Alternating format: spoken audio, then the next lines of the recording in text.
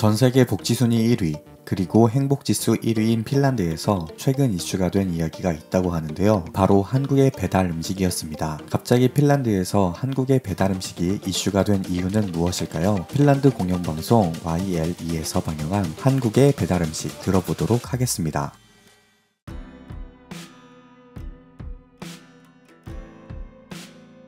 Kuten sanomalla, että ihmisten tarpeet ovat loputtomia, ihmiset unelmoivat onnellisuudesta jälleen onnellisina hetkinä. Suomi on maa, jonka korkein onnellisuusindeksi on keskittynyt ihmisiin ympäri maailmaa. Miten voit olla niin onnellinen?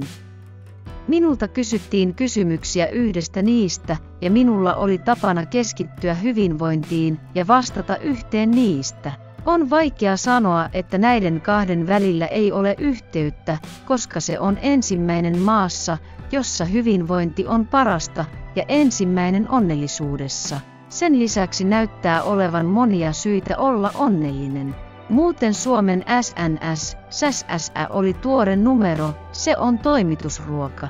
Kerrotaan, että kaikki suomalaiset olivat järkyttyneitä Korean toimitusruokakulttuurin uutisesta. Itse asiassa, jos et ole käynyt Koreassa ja et ole kokenut sitä, sinulla on vähemmän painoa. On myös tarinoita suomalaisista, jotka todella kävivät Koreassa, joten asia näyttää kasvaneen suuremmaksi. Millä toimituskulttuurin tasolla ihmiset olivat niin yllättyneitä?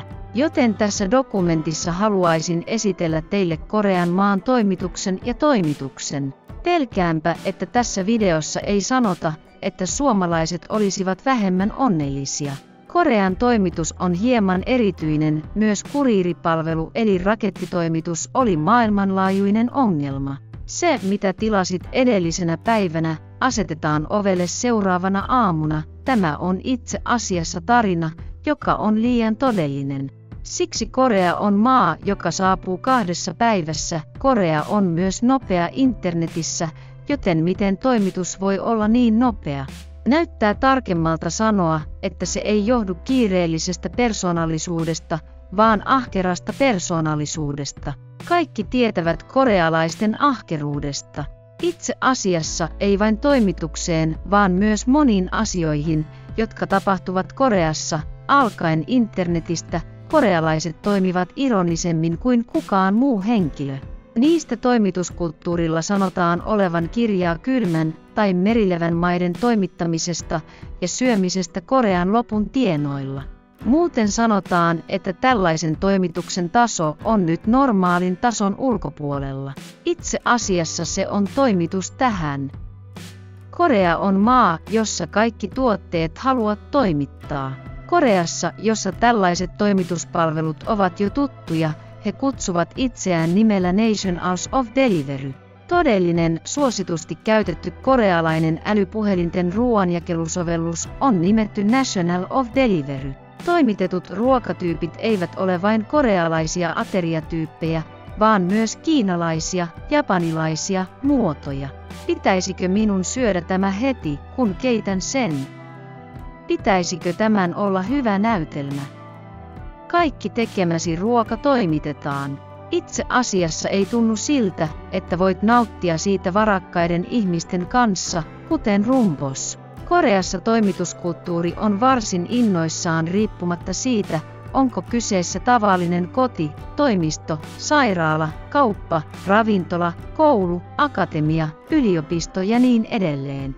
Minkä tahansa työn tapauksessa on monta päivää lounasta ja illallista toimitusta varten.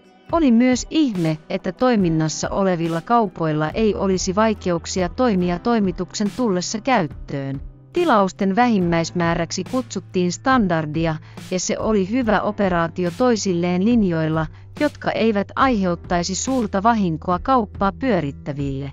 Yksinkertaisen pikaruoan toimitus, joka ratkaisee yhden aterian, on kaikille tuttu, mutta nyt toimitetaan erilaisia valikoita, kuten jäätelöä ja jälkiruokia.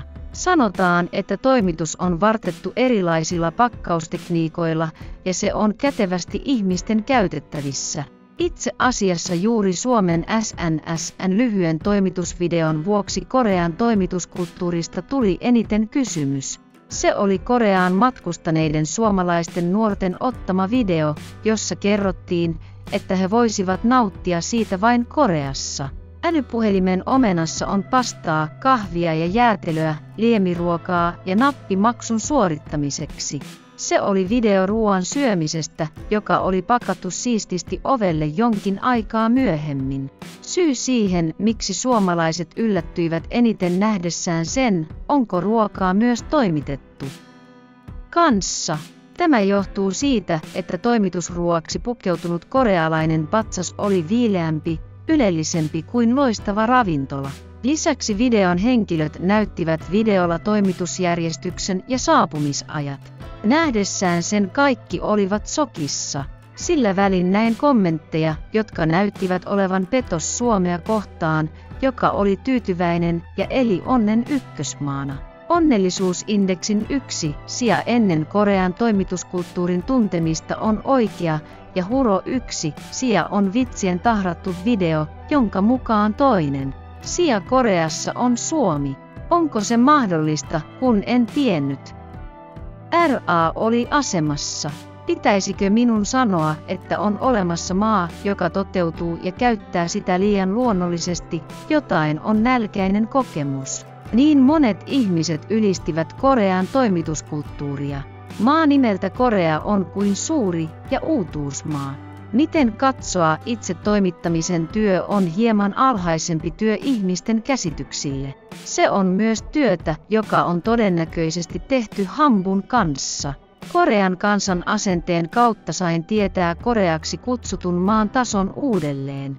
Pakkaamalla ylimääräisiä juomia ja kotiäitejä huomauttamalla, että kärsit ovella, jos kuriiri tulee.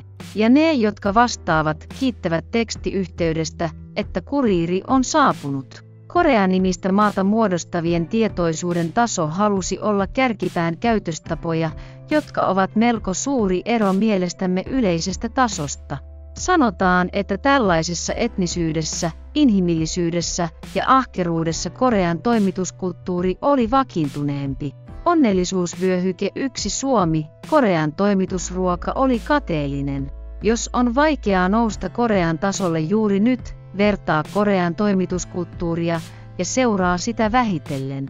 Uskallan olla onnellisempi maa. 해외 각국의 반응 살펴보도록 하겠습니다. 배달 음식은 먹어본 사람만 아는 잃을 수 없는 드문 모어와 같아.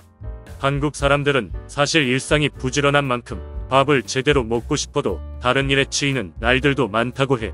그렇기에 배달 문화가 더 발달한 것 같기도 하고 아무래도 코로나도 한몫했겠지? 그런데 다른 나라는 그런 배달 문화가 덜 준비되어 있었다고 한다면 한국은 워낙 잘 준비되어 있던 나라라 지금까지 오는 게 비교적 수월했을 거라 생각이 들어. 아무튼 한국의 배달 문화는 전 세계적으로 원탑이니 여러 나라가 벤치마킹하면 좋을 것 같아. 복지도 1위고 행복지수도 1위인 핀란드, 한국의 배달 시스템까지 갖추게 된다면 난 당장 핀란드에 가서 살 거야. 물론 지금 가장 살고 싶은 나라는 한국이긴 해.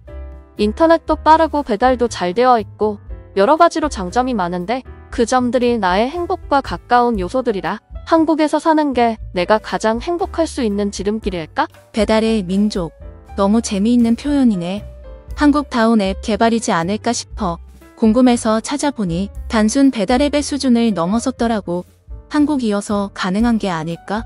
또 그런 앱이 개발이 되었다고 해서 많은 음식점들이 그 앱에 등록을 하고 배달 시스템을 도입했다는 것도 너무 신기해. 한국은 정말 알면 알수록 매력적이고 닮고 싶은 점이 참 많은 나라 같아. 나도 배달의 민족 중 한 명이 되고 싶다. 세상을 보는 눈, 문 앞 배송의 소식도 좋지만 문 안 배송은 어떨까요? 다른 걸 배송하는 것은 아니고요. 바로 자랑스러운 대한민국의 소식을 문 안까지 배송해 드리도록 하겠습니다. 참여 방법은 구독과 좋아요입니다. 감사합니다.